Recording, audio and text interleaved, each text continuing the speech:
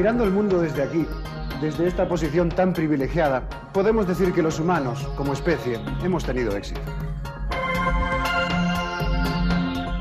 Hemos logrado alcanzar un nivel extraordinario de desarrollo. Una organización social compleja en la que están incluidos millones de individuos. El empeño del ser humano por alcanzar un viejo sueño, dominarás la tierra y sus criaturas, ha empezado a dar frutos.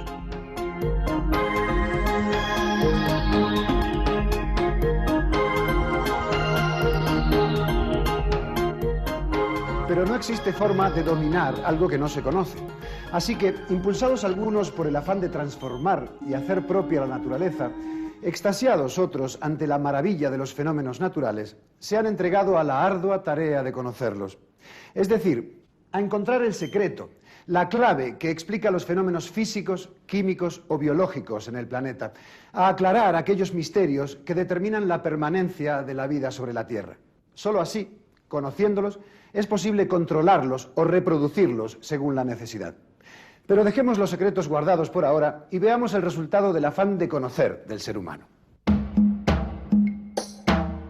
En su origen, los primeros seres humanos se enfrentaron a un mundo hostil.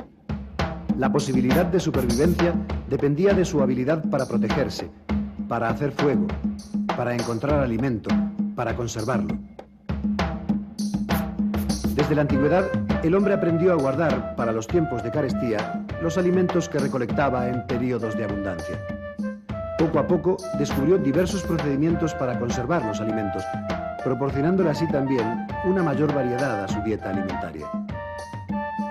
Mucho antes de la Revolución Industrial, el hombre había conseguido incorporar a su dieta alimentos transformados por la acción de microorganismos: el queso, el vino, la cerveza y el pan.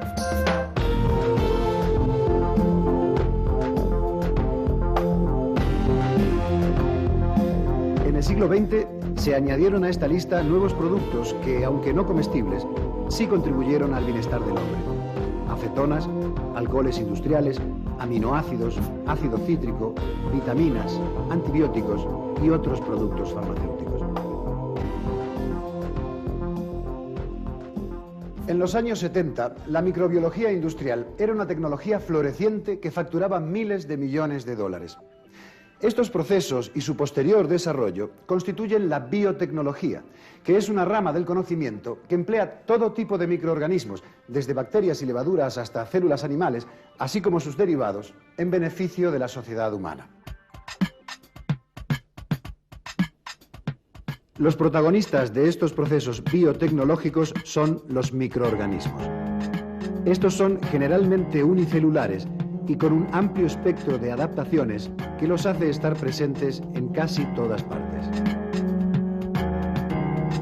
Son tan importantes que, cuando en la Segunda Guerra Mundial Alexander Fleming aisló la sustancia producida por un moho que era tóxica para las bacterias, hubo un respiro en el mundo.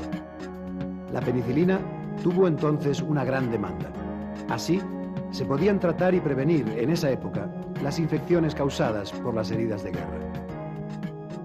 Hoy, la biotecnología, con el apoyo de la ingeniería genética, puede capacitar a los microbios, bacterias o levaduras para que produzcan sustancias que normalmente no elaborarían. Medicamentos, inmunógenos, alimentos, gases combustibles e incluso proteínas humanas, como la insulina para el tratamiento de la diabetes u hormonas que regulan el crecimiento. Asimismo, las ciencias médicas reciben cada vez más la influencia de la biotecnología, mejorando el diagnóstico de las enfermedades, ampliando las técnicas de prevención de las mismas y desarrollando el tratamiento para aquellas de origen infeccioso, fisiopatológico o genético. La biotecnología también ha sido capaz de generar nuevas variedades de plantas que permiten mejores cosechas en lugares que tradicionalmente se hubieran considerado muy poco productivos e incluso estériles. Para el hombre moderno, el manejo y la eliminación de sus propios desperdicios es un reto. También la biotecnología colabora para solucionar este problema, aprovechando aquellos microorganismos que tienen capacidad para utilizar los desechos como nutrientes. Junto con estos avances, se ha producido un desarrollo asombroso en la aplicación tecnológica de las ciencias físicas y naturales, que ha generado la expansión, mecanización y automatización de las actividades agrícolas y pecuarias, así como una evolución de los procesos industriales, informáticos y urbanísticos, en el uso de nuevos materiales, en los medios de comunicación y de transporte, tanto terrestres como marítimos o aéreos, que han disminuido increíblemente los tiempos de traslado. Esto ha hecho posible la conquista de los espacios interplanetarios por el hombre. En el mismo sentido, la televisión en color, los transistores, la miniaturización, los rayos láser, los discos compactos, las fibras ópticas y los satélites han permitido un acercamiento entre las poblaciones humanas del planeta. La cibernética, la informática, las computadoras, la microscopía electrónica, los trasplantes de órganos, los satélites exploratorios, los viajes interplanetarios, nos indican que la segunda revolución industrial está en pleno apogeo. El desarrollo tecnológico ha alcanzado unas cotas elevadísimas en estos últimos años y a una velocidad vertiginosa. Sin embargo, toda moneda tiene dos caras.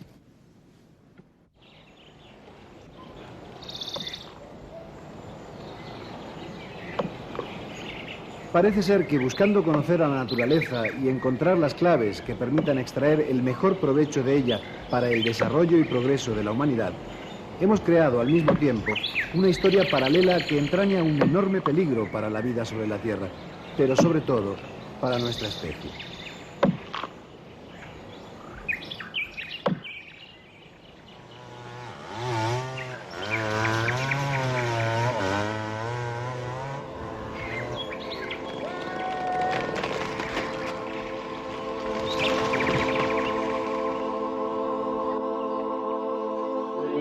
Esta historia es la de la contaminación y la degradación del ambiente natural. Los grandes ecosistemas han sido severamente alterados.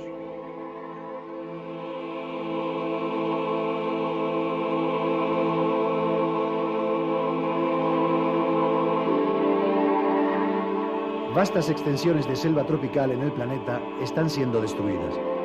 Recordemos el papel que juegan como reservas de agua y, sobre todo, como reguladoras del clima. El fenómeno de la evapotranspiración, que moviliza enormes cantidades de agua desde la selva a la atmósfera, es responsable de la formación de nubes, que, además de reflejar parte de la luz solar, liberan calor en otras regiones durante su precipitación como lluvia.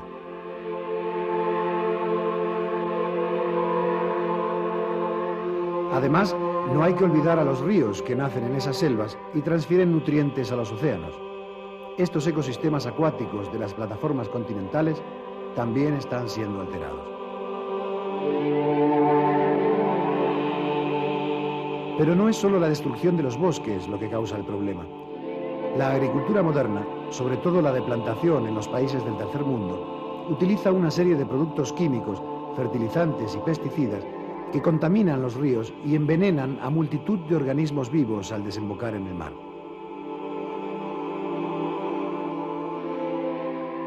Por desgracia, no son solo los ríos, sus nutrientes y las aguas de las plataformas continentales los que están siendo alterados. Los pesticidas causan anualmente envenenamiento a muchos trabajadores agrícolas. El panorama es aún más desolador cuando miramos hacia la atmósfera.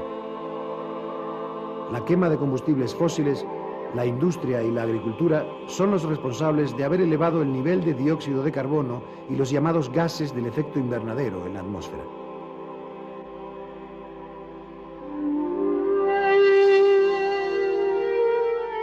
Estos gases absorben calor y han sido claves en el balance térmico del planeta. Sin embargo, el exceso de CO2 puede lograr un cambio climático drástico. Un calentamiento de la Tierra podría traer graves consecuencias para la vida en ella, pero sobre todo para la supervivencia de la especie humana.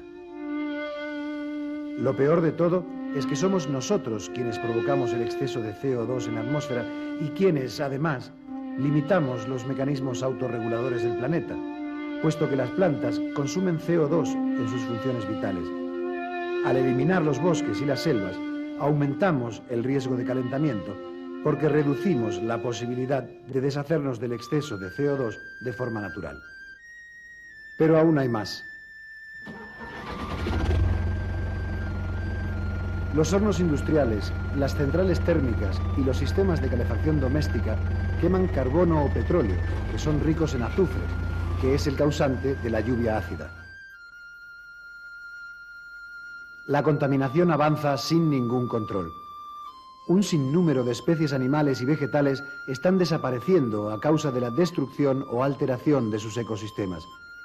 En las regiones tropicales, donde la biodiversidad es mayor, la lista de especies en vías de extinción aumenta día tras día.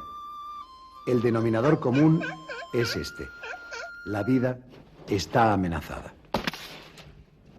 Falta aún referirse a un problema grave al que nos enfrentamos hoy y que tiene que ver con lo que ocurre en las capas altas de la atmósfera, el llamado escudo de la Tierra, la capa de ozono.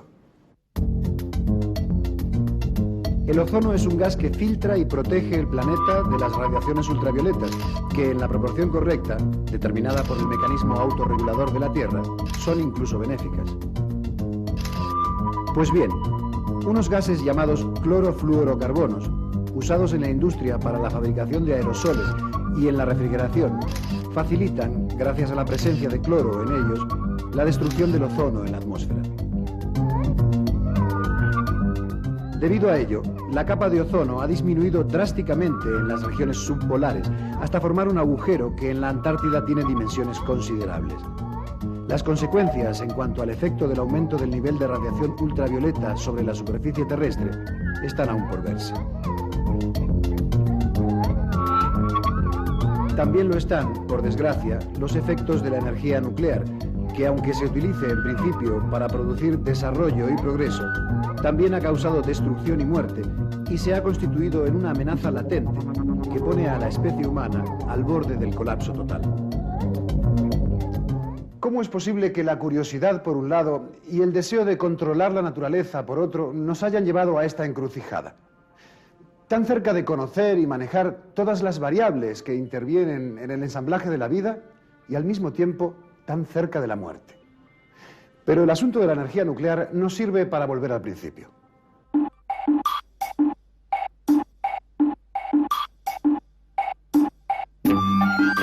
Cuando miramos un atardecer así, es difícil imaginar que esa estrella, responsable de que la vida sea posible en nuestro planeta, es un gigantesco reactor nuclear. En todas las épocas, los seres humanos han reverenciado el milagro luminoso que es nuestra estrella. Pero el secreto que gobierna su cálida entraña solo fue descubierto apenas iniciado este siglo: la energía nuclear.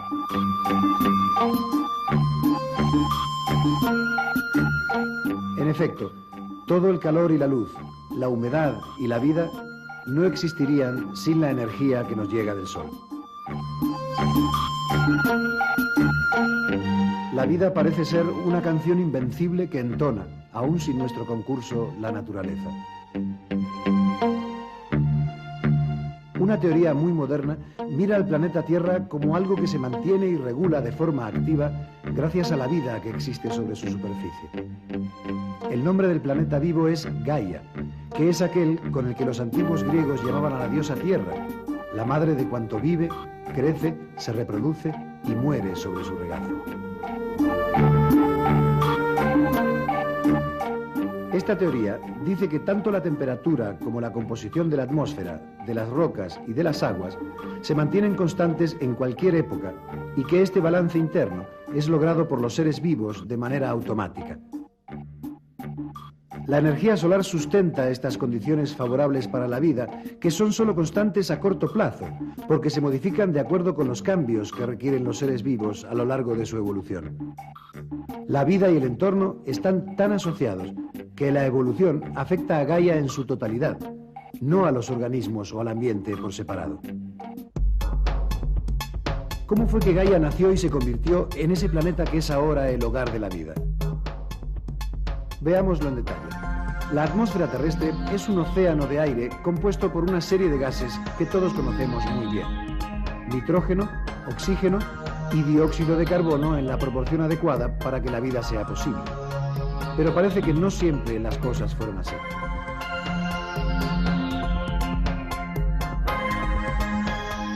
Hace 3.500 millones de años, el planeta contaba con una atmósfera muy diferente. Era rica en CO2, con presencia de nitrógeno, pero sin oxígeno. Bombardeada la superficie terrestre con partículas de alta energía y luz ultravioleta proveniente del Sol y un alto grado de humedad, se debieron formar las primeras moléculas orgánicas que evolucionaron para originar en marismas y pantanos, pequeñas y discretas, las primeras células vivas, muy parecidas a las bacterias de hoy. Ellas cambiaron para siempre la superficie y la atmósfera del planeta.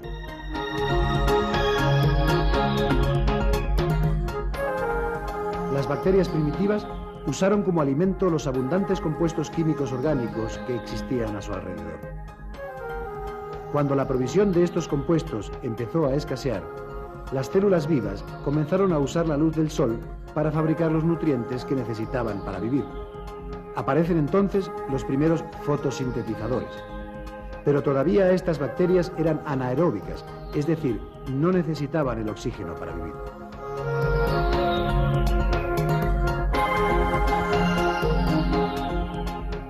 ¿De dónde salió entonces el oxígeno que hoy tiene la atmósfera en esa proporción tan adecuada para la vida actual del planeta?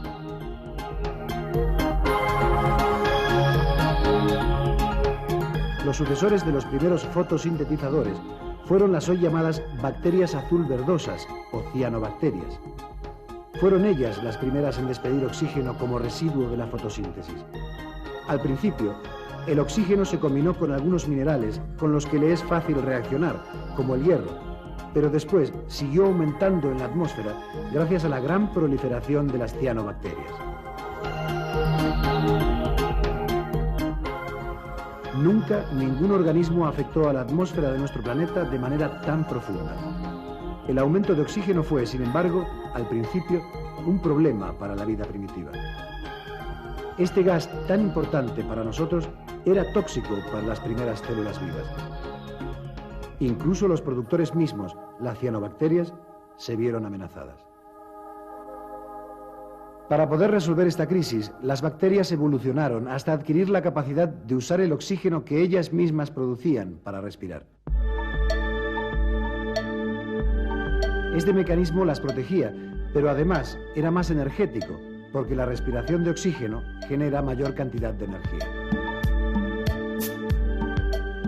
Conforme pasó el tiempo y aumentó la concentración de oxígeno en la atmósfera, evolucionaron las células de muchas especies no fotosintéticas que necesitaban oxígeno para vivir. Fueron por eso los primeros seres aerobios obligados. Utilizaban el oxígeno, que en principio era veneno, en el ingenioso invento de la respiración aeróbica. Fue así como las células pudieron generar suficiente energía, hacerse más grandes y llevar a cabo funciones más complejas. Primero, pasaron de células simples sin núcleo a células nucleadas. Más tarde, fue la forma de reproducirse con la innovación de la sexualidad. Lentamente, los organismos empezaron a aumentar su tamaño y a hacerse más complejos. Seres vivos multicelulares con niveles de organización especializada. Por eso, a principios de un período geológico llamado Cámbrico, hace unos 600 millones de años, ocurrió algo así como una explosión de formas de vida más grandes y más complejas, tanto animal como vegetal. Su éxito se debe, no lo debemos olvidar, a los logros de sus antepasados microscópicos. De acuerdo con las evidencias fósiles, podemos empezar a hablar entonces de la aparición de los trilobites, los primeros animales y plantas terrestres, los inmensos bosques cuyos restos constituyen los actuales yacimientos de carbón, los dinosaurios y los mamuts. Desde entonces hasta hoy, la superficie del planeta Tierra se ha alterado notablemente por la evolución y el crecimiento en ella de la vida. Esta novedosa teoría de la que hablamos, según la cual el planeta Tierra es un organismo viviente, lo plantea así. A medida que la vida se desarrolla, se altera la composición, la temperatura y la naturaleza química de la atmósfera y la composición, textura y diversidad de la superficie de la Tierra. Ahora bien, ¿cómo es que hoy, 3.500 millones de años después de que empezó a articularse el maravilloso engranaje de la vida, podemos hablar de él y aventurarnos a suponer fenómenos y procesos?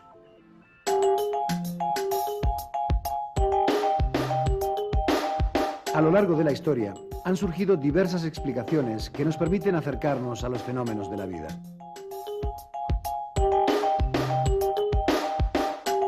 En este camino progresivo no fue la aparición de una nueva técnica la que determinó el avance, sino un cambio en la manera de mirar el fenómeno. Por ejemplo, cuando Leeuwenhoek contempla por primera vez una gota de agua a través de su rudimentario microscopio, descubre un mundo desconocido. Formas que se agitan, seres que viven, toda una microfauna que de repente el instrumento hace asequible a la observación.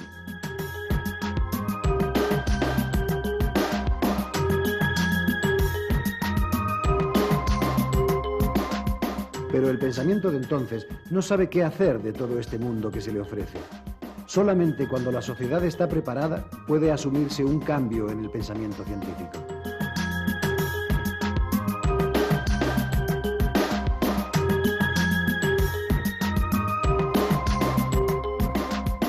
Como dice el Premio Nobel de Medicina François Jacob, en el estudio de los seres vivos, la evolución del pensamiento va desentrañando organizaciones encajadas unas dentro de otras, a manera de las muñecas rusas. Detrás de cada una de ellas se oculta otra. Más allá de cada estructura, surge una nueva que integra a la anterior y le confiere sus propiedades.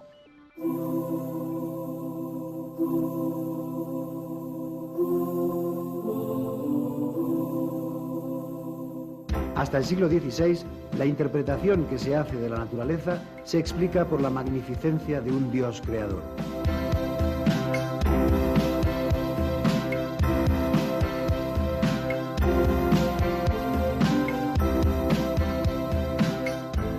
El siglo XVII transforma la naturaleza misma del conocimiento. La palabra divina se sustituye por la lógica contundente del lenguaje matemático.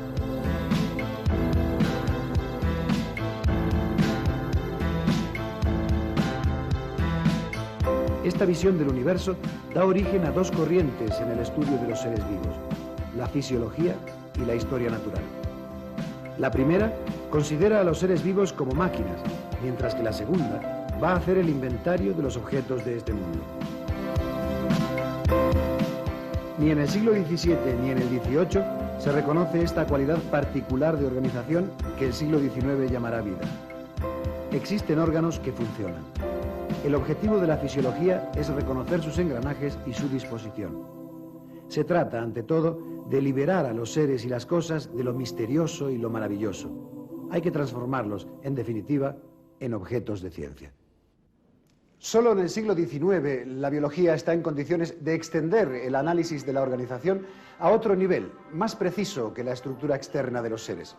Se llega a la teoría celular. Todos los seres vivos están compuestos por células y, en consecuencia, la vida nace de la vida y solo de ella. En todo organismo hay, pues, una unidad tomada de la generación anterior. Pero si el siglo XIX desentraña un segundo nivel de organización de los seres vivos, la teoría celular, merece también ser recordado por un hito importantísimo para la biología, la teoría de la evolución.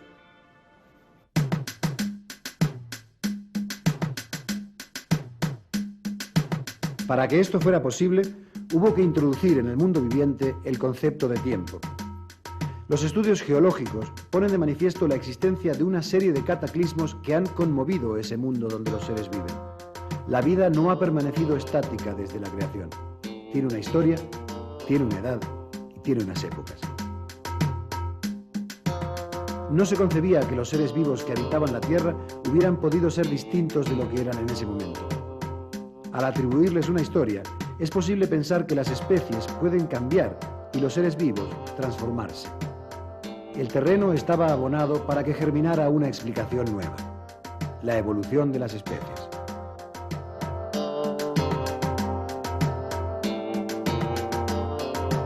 En 1831, Inglaterra comisionó al barco Beagle para realizar aquella memorable expedición con el fin de completar la exploración de Patagonia y Tierra del Fuego, explorar las costas de Chile y Perú y algunas islas del Pacífico y establecer una cadena de mediciones cronológicas en torno al mundo. A bordo iba Charles Darwin en calidad de naturalista oficial. El azar recogió todos los cabos que estaban sueltos para que fuera posible que Darwin tejiera la teoría que iba a revolucionar el conocimiento de la vida sobre la Tierra.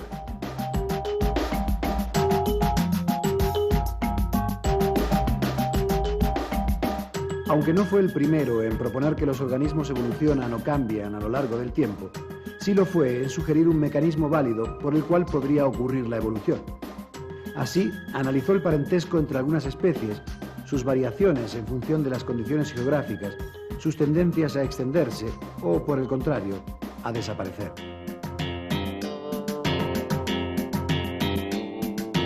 En efecto, cuando Darwin estudia las aves del archipiélago de las Islas Galápagos, observa que conservan entre sí y con las del continente americano un cierto parecido, como si las diferencias emergieran de un mismo fondo originario, como si derivaran todas de un antecesor común. Darwin propone entonces que sus características individuales no son más que la consecuencia de su aislamiento en territorios geográficos separados. De acuerdo con ello, todos los cambios fueron produciéndose gradualmente y sin saltos bruscos. La transformación de una especie en otra solo representa la suma de los pequeños cambios que han sufrido una serie de generaciones sucesivas en curso de adaptación. La evolución progresa paso a paso y no puede dar jamás saltos bruscos. A la continuidad de los seres le sustituye el crecimiento lento, constante e irresistible del árbol genealógico. El advenimiento del siglo XX acelera las investigaciones biológicas. Dos nuevas ciencias aparecen: la genética o estudio de la herencia y la bioquímica o estudio de la química de lo viviente. Ellas van a dar un nuevo giro a la biología. Los avances experimentados en la óptica del microscopio y en el análisis químico permiten acceder a una nueva estructura oculta en el corazón de la célula: los cromosomas y los genes. Por su parte, la bioquímica trata de desentrañar y analizar los constituyentes y las reacciones que se producen en la célula. Y así, en la primera mitad de este siglo, se puede llegar hasta las moléculas que constituyen las células. Las cualidades de los seres vivos descansan, finalmente, sobre dos entidades nuevas: lo que los bioquímicos llaman proteína y lo que los genéticos denominan gen. A mediados de este siglo, la organización cambia de estatus una vez más: el descubrimiento de la molécula de ácido nucleico. La bien conocida estructura en doble hélice del ADN, que lleva la información hereditaria de la célula madre a la célula hija, generación tras generación. Hemos llegado hasta aquí. Nunca como ahora, el hombre ha sabido más de la naturaleza y de su propia composición.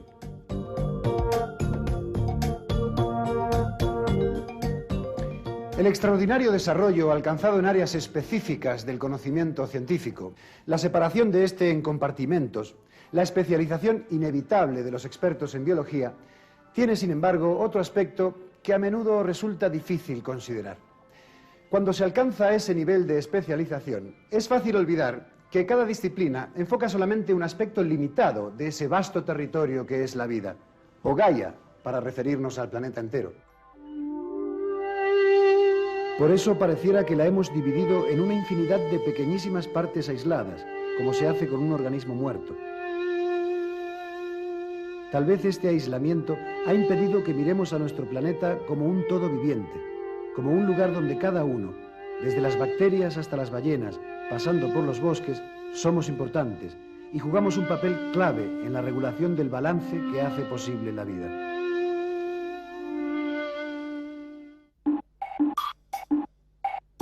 Por un lado, la investigación científica se convirtió, en algunas esferas, en un notable desarrollo tecnológico que nos hace progresar y avanzar. Por otro, el avance vertiginoso no nos deja ver con claridad la amenaza que se cierne sobre la vida en la Tierra.